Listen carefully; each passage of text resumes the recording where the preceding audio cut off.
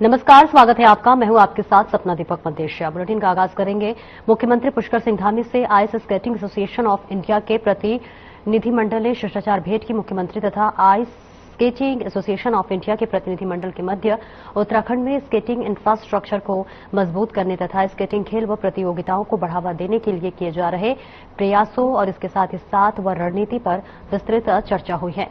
मुख्यमंत्री ने कहा है कि राज्य सरकार प्रदेश में सभी खेलों के साथ ही स्केटिंग को भी बढ़ावा देने के लिए प्रतिबद्धता के साथ कार्य कर रही है। उन्होंने प्रतिनिधिमंडल को राज्य सरकार की ओर से हर संभव सहयोग का आश्वासन दिया है। इसके साथ ही साथ आपको बताते चले, ये तस्वीरें आपको देहरादून से दिखा रहे, जहां सीएम ने आईएसएआई के प्रतिनिधिमंडल से मुलाकात की है।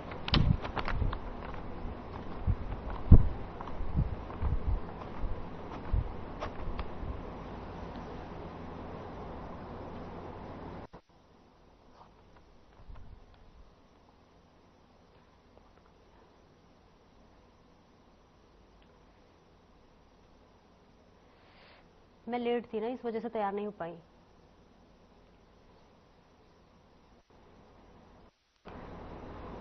देहरादून में मुख्यमंत्री पुष्कर सिंह धामी ने स्पीकर रितु खंडोड़ी भूषण में यमुना कॉलोनी स्थित आवास पर शिष्टाचार भेंट की और विधानसभा सत्र की तैयारियों को लेकर चर्चा की गई। इस मौके पर कैबिनेट मंत्री सुबोध उनियाल भी मौजूद रहे। आपको बता दें कि उत्तराखंड की 5वीं विधानसभा का मानसून सत्र आगामी 19 अगस्त से गैरसैंण में होने जा रहा है। इसे लेकर विधानसभा में अपनी तैयारियों को अंतिम रूप देना शुरू कर दिया है।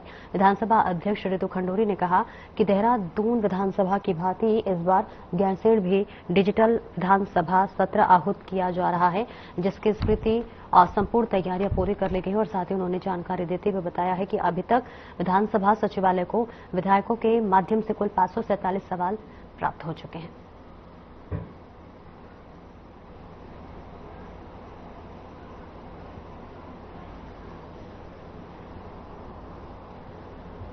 पूरी है।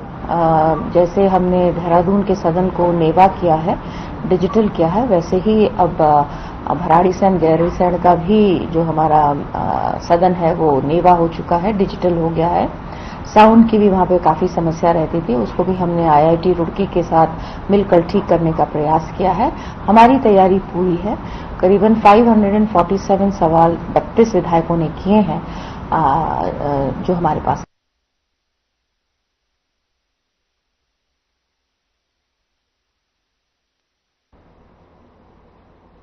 श्री कृष्ण जन्माष्टमी का पर्व धूमधाम से मनाया गया, जहां देहरादून की द्रोण वाटिका कॉलोनी में राधा कृष्ण की मूर्ति लगाकर पंडाल सजाया गया है। इस दौरान भजन कीर्तन समेत अन्य कार्यक्रमों का भी आयोजन किया गया है। इस बीच कार्यक्रम में श्री बांके बिहारी का अभिषेक पूजन किया गया है और महिलाओं की मंडली ने भजन कीर्तन की प्रस्तुतियां दी है। इस दौरान प्रोग्राम के मुख्य अतिथि के तौर पर क्षेत्रीय विधायक उमेश शर्मा काऊ और देहरादून के महापौर सौरभ थापलियाल, क्षेत्रीय पार्षद संजीत बंसल का स्वागत सम्मान किया गया है।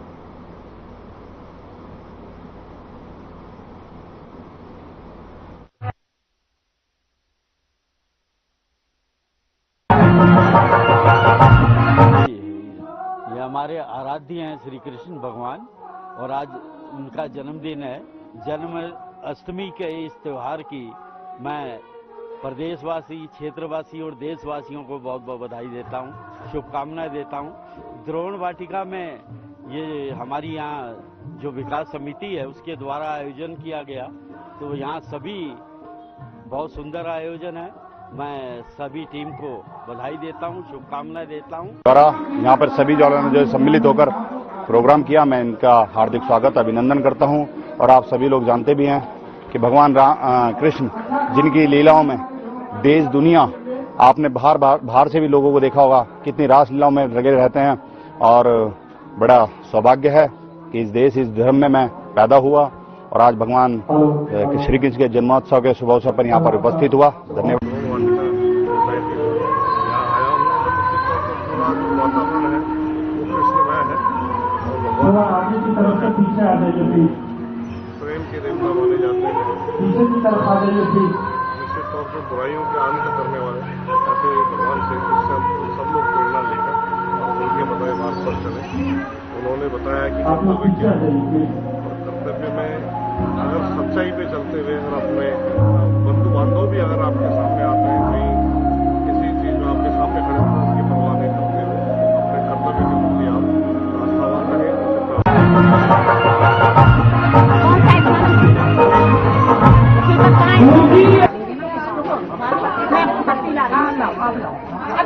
गोवन वाटिका सोसाइटी। देहरादून में 19 अगस्त से 11 के भराड़ीसैंण विधानसभा में मानसून सत्र का आगाज होगा, जिस पर और जानकारी देते हुए प्रीतम सिंह ने बताया कि कांग्रेस सत्र को लेकर पूरी तरह तैयार है और 18 अगस्त को वहां विधानसभा दल की बैठक होगी। इस बैठक में तय होगा कि किन किन विषयों को सदन में रखा जाएगा।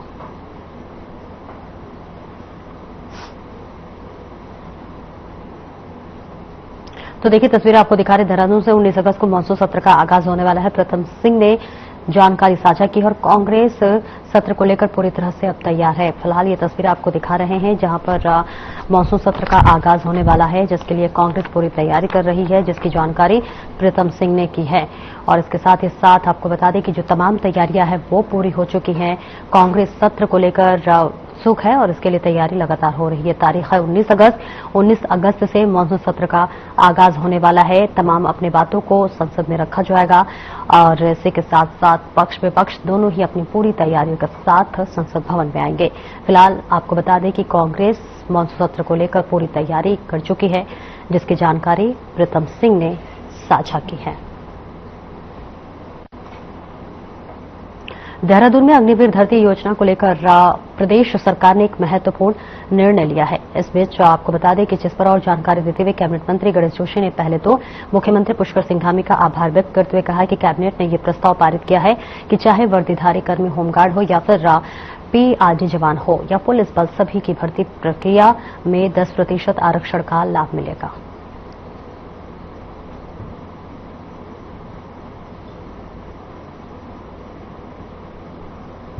अग्निवीर के लिए आज मैं आभार रखना चाहता हूं। माननीय मुख्यमंत्री जी का कैबिनेट में हमने ये पास किया है, जिससे भी हमारे वर्दीधारी, जहां चाहे होमगार्ड हो चाहे पीआरडी हो, जितने भी जहां वर्दीधारी चाहे पुलिस हो, हम उनको 10% जो है आरक्षण देंगे।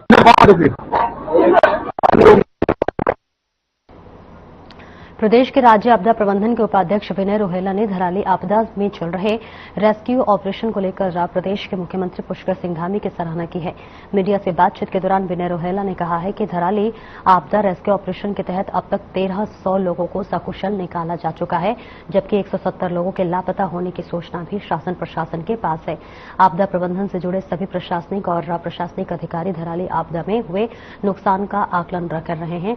साथ ही उन्होंने कहा है कि आपदा में हुए कुल नुकसान को लेकर भी एक समिति का गठन किया गया है और जल्द ही ये समिति राज्य सरकार को अपनी रिपोर्ट पेश करेगी।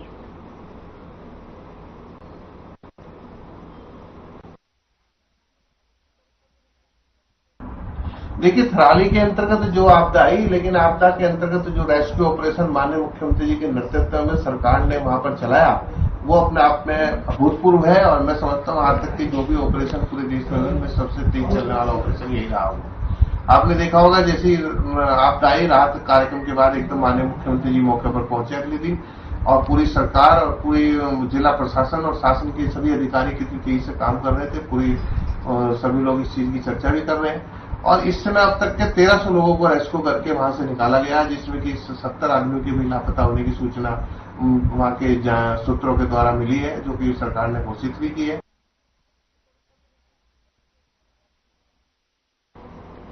देहरादून में कांग्रेस के वरिष्ठ प्रदेश उपाध्यक्ष सूर्यकांत धस्माना ने उत्तराखंड में आपदाओं को लेकर राज्य सरकार पर गंभीर आरोप लगाया है और इस दौरान उन्होंने कहा है कि सरकार और प्रशासन को आपदाओं की आहत जो है वो आदत पड़ चुकी है और अब चाहे 10 लोगों की मौत हो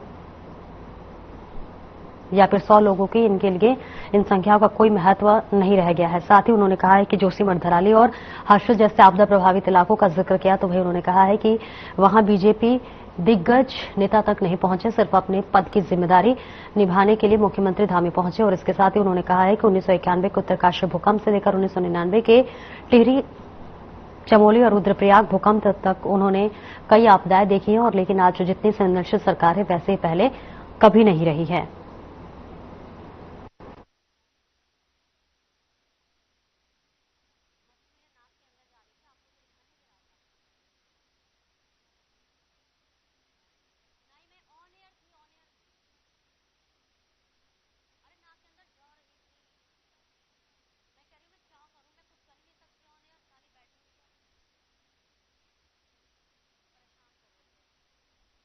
आपदाओं की आदत पड़ गई है प्रदेश को, यहाँ के अधिकारियों को, यहाँ के नेताओं को।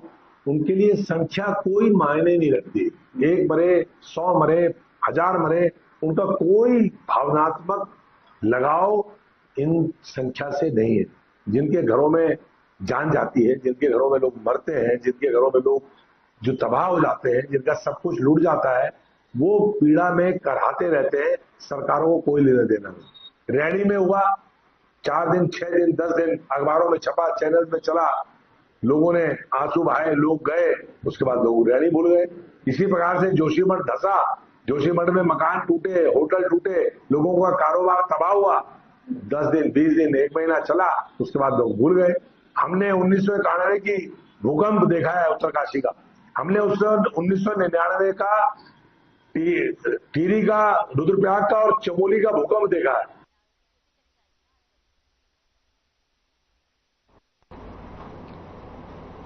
भारत में पहली बार शीतकालीन खेलों का सबसे बड़े अंतर्राष्ट्रीय आयोजन करने जा रहा है। Asian open short track speed skating trophy 2025 का आयोजन 20 से 23 अगस्त के राजधानी देहरादून में होगा और इस ऐतिहासिक प्रतियोगिता में एशिया के 11 से अधिक देश के खिलाड़ी हिस्सा लेंगे।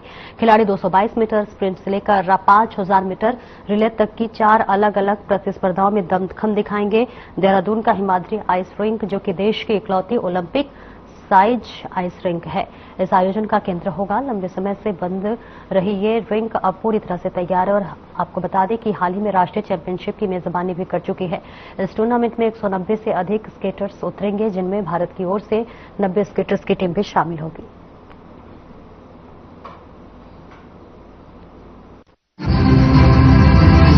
जैसे मैंने आपको बताया, ये शॉर्ट ट्रैक एशियन चैंपियनशिप है।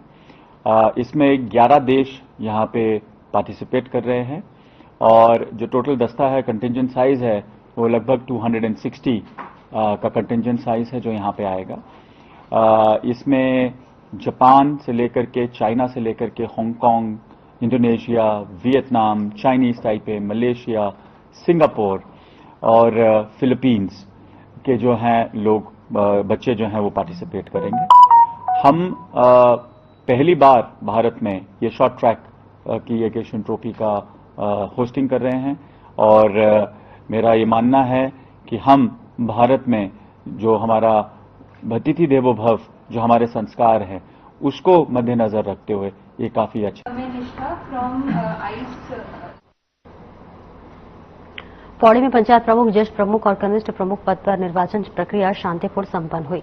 इस प्रक्रिया में ब्लॉक प्रमुख पद पर अस्मिता नेगी ने जीत हासिल की है, जबकि ज्येष्ठ प्रमुख पद पर अर्चना तोपाल और कनिष्ठ प्रमुख पद पर नीरज पटवाल ने जीत हासिल की है, जिसके बाद समर्थकों ने ढोल नगाड़ों, आतिशबाजी और रंग अबीर गुलाल के साथ जमकर जश्न मनाया। वहीं पौड़ी ब्लॉक के रिटर्निंग अधिकारी रोहित सिंह दुबडिया ने बताया है कि पौड़ी ब्लॉक में त्रिस्तरीय पंचायत चुनाव के तहत निर्वाचन प्रक्रिया शांतिपूर्ण ढंग से संपन्न हुई, जिसमें आपको बता दें कि सभी प्रत्याशियों ने सहयोग किया है और ब्लॉक प्रमुख पद पर 2 प्रत्याशी मैदान में थे। अस्मिता नेगी को 21 वोटों में से कुल 15 वोट मिले हैं, वहीं विनोद भंडारी को केवल 6 वोट मिले हैं।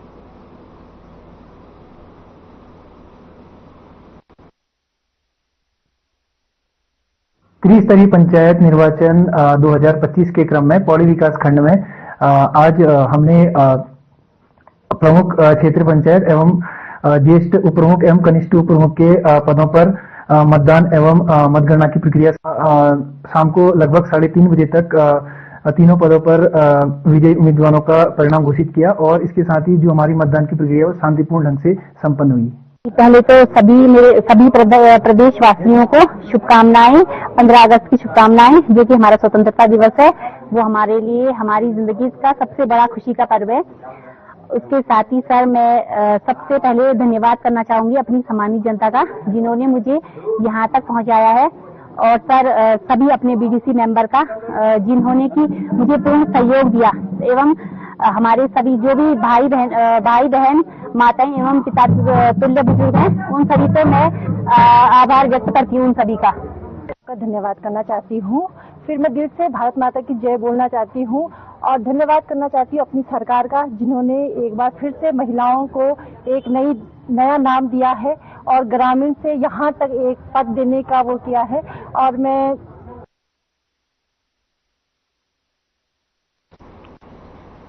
एक ब्रेक के लिए रुकेंगे, जल्द लौटते हैं।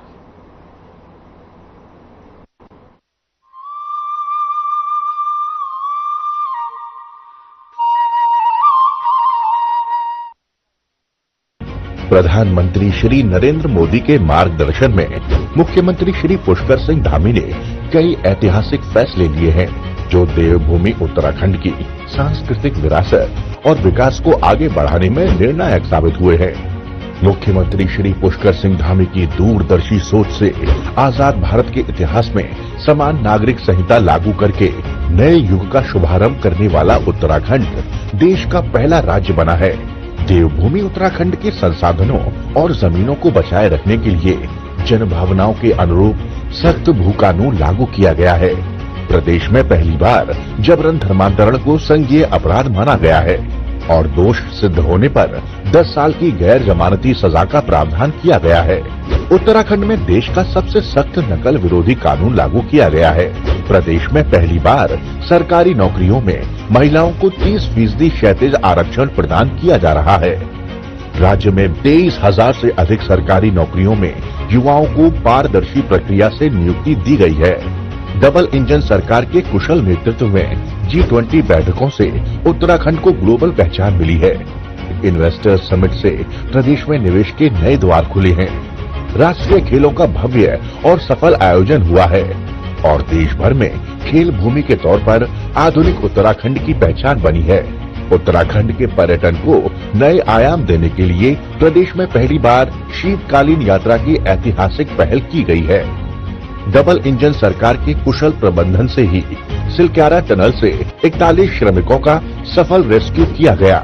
नीति आयोग की SDG इंडेक्स में उत्तराखंड को देश में पहला स्थान मिला है। मजबूत संकल्प और कुशल नेतृत्व से बढ़ा है देवभूमि का मार्ग, बनी है समृद्ध, सशक्त और आत्मनिर्भर उत्तराखंड की पहचान।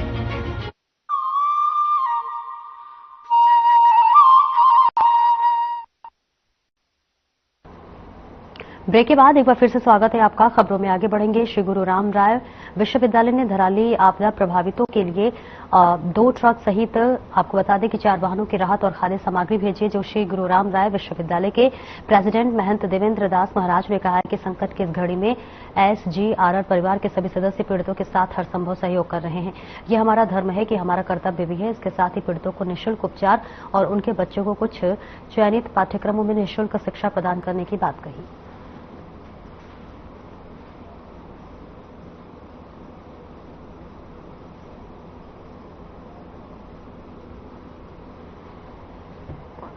देहरादून में MDDA ने सख्त फैसला लिया है। अभी तक कई लोग मानचित्र को आवासीय एक यूनिट को पार कर आपको बता दें कि उसमें पार्किंग के साथ 3 से 4 मंजिला मकान बनाकर उसे अलग अलग लोगों को बेच देते थे, लेकिन अब MDDA ने साफ कर दिया है कि पार्किंग के साथ अब केवल 2 मंजिला मकान ही स्वीकृत होंगे। अगर किसी ने ऐसा किया तो उस पर कड़ी कार्रवाई होगी। MDDA के VC बंशीधर तिवारी ने कहा है कि देहरादून में ऐसे कई प्रकरण आ गए हैं जिसे पास तो ये कहकर कराया जाता है कि एक परिवार के लिए, परंतु उसके बाद उसे व्यावसायिक रूप से बेच दिया गया।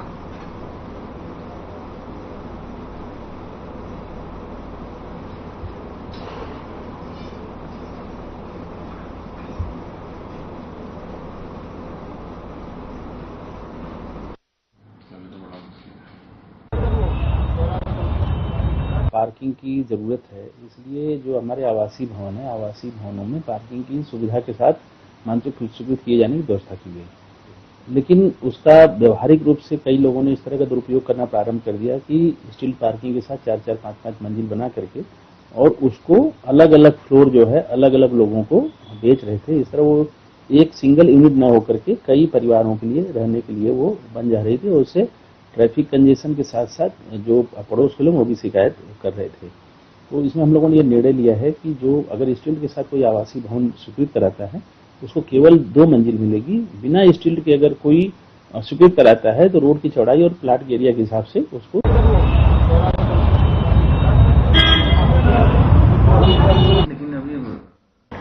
देहरादून में प्रधानमंत्री नरेंद्र मोदी की ओर से जीएसटी में बड़े बदलाव के ऐलान के बाद कांग्रेस ने केंद्र सरकार पर तीखा हमला बोला।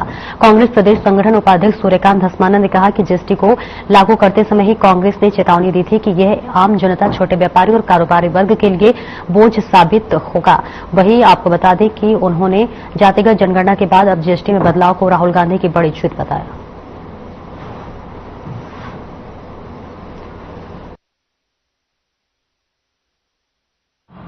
देखिए, राहुल गांधी जी का जो कहना है, राहुल गांधी जी जो लगातार पिछले 11 वर्षों से मोदी सरकार की नीतियों पर हमला कर रहे हैं, एक के बाद एक जो राहुल गांधी कह रहे थे, उसको भारतीय जनता पार्टी की सरकार को, मोदी सरकार को अंतोगत्वा मानना पड़ रहा है। जातीय जनगणना के बाद अब जिस प्रकार से जीएसटी पर, बैकफुट पर मोदी सरकार है,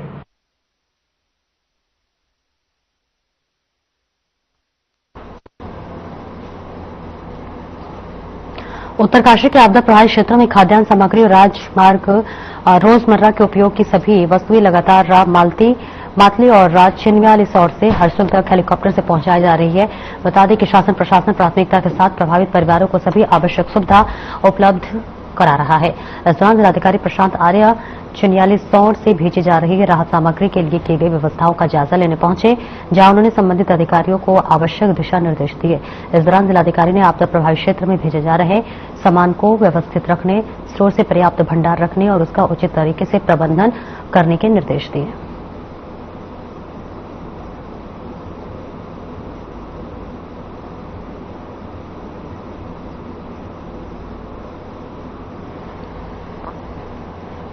बीजेपी ने विधायक विनोद चमोली ने एक बयान जारी करते हुए कहा है कि बीजेपी लगातार बेहतर प्रदर्शन कर रही है और प्रदेश की राजनीति में मिथक तोड़ते हुए दोबारा सरकार बनाने की दिखाएगी। और इसके साथ ही उन्होंने कहा है कि पार्टी ने नगर निगम चुनाव में ऐतिहासिक जीत दर्ज की है, जहां देहरादून से मेयर ने 1 लाख से अधिक मतों से रिकॉर्ड जीत हासिल की है।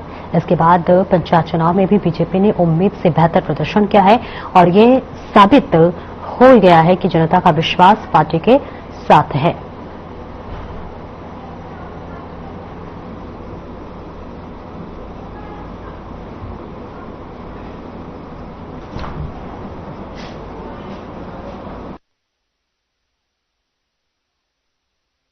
हम तो लगातार बेहतर प्रदर्शन कर रहे हैं। आप जिला पंचायत तक क्यों सीमित है? हम दोबारा सरकार लेकर आए, हमने मिथक तोड़ा है प्रदेश के अंदर। उसके बाद हमने स्थानीय निकायों में बहुत अच्छा प्रदर्शन किया। देहरादून से क्योंकि मैं होता हूं, मेयर भी रहा हूं, तो 1,05,000 मतों से हमने देहरादून का मेयर जीता, जो आज तक का रिकॉर्ड है। उसके बाद ये पंचायतों के चुनाव आए तो बहुत सारा मीडिया ने चलाया कि साहब बीजेपी पीछे चली गई, बीजेपी पीछे चली गई। हमने कहा हम कांग्रेस पर एज लिए हुए हैं, कांग्रेस से आगे हैं, आज प्रमाणित भी हो गया।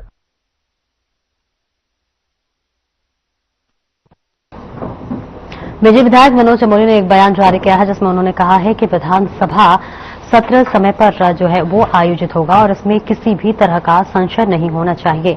उन्होंने स्पष्ट किया है कि मौसम जैसा भी हो, सत्र आहूत के लिए तैयारियां की जा चुकी हैं और तय समय पर ही आयोजित होगा। विधायक ने कहा है कि लोगों की अपेक्षाओं के अनुरूप इस सत्र में 4 दिनों तक महत्वपूर्ण विषयों पर चर्चा होगी। विभिन्न विभागों से जुड़ी पोस्टों और प्रस्तावों पर विचार किया जाएगा और जो विषय सरकार के संबंधित होंगे उन्हें आगे बढ़ाकर निर्णय लिया जाएगा।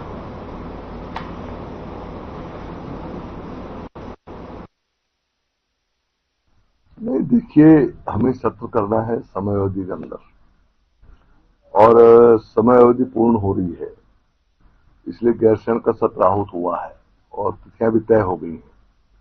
अब मौसम कैसा भी हो, लेकिन गैरसैंण में सत्र होगा और हम लोग गैरसैंण पहुंचेंगे और लोगों की आशा के अनुरूप सत्र होगा, क्योंकि तमाम प्रश्न भी लोगों के लगे हैं। उन प्रश्नों में से भी कुछ प्रश्न सिलेक्ट होंगे। फिलहाल इस बुलेटिन में इतना ही। नमस्कार।